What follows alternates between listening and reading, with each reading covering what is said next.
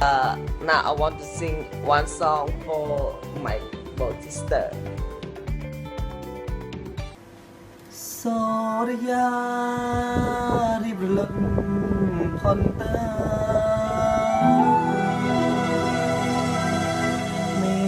តាឆ្លើយប្រាប់សង្សារខ្ញុំឲ្យដឹងសូរិយា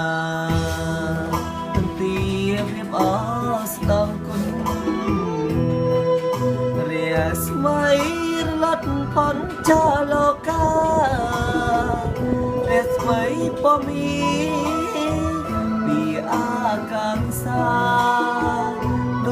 ក្តីស្នេហាអូននឹងរៀមរាមិនដាច់អាឡ័យស្រមកពពកដឹកណកដល់ភាំងស្រកាវលែព្រួយហារតីអ្នកណាបប្រឹមញញឹមប្រាំប្រៃចិនអើយអាឡ័យអង្គុយស្រមៃឃើញឡៃជានិចបបលោស័តឆ្ងាយបាត់ទៅអើយអូនអើយបងនៅ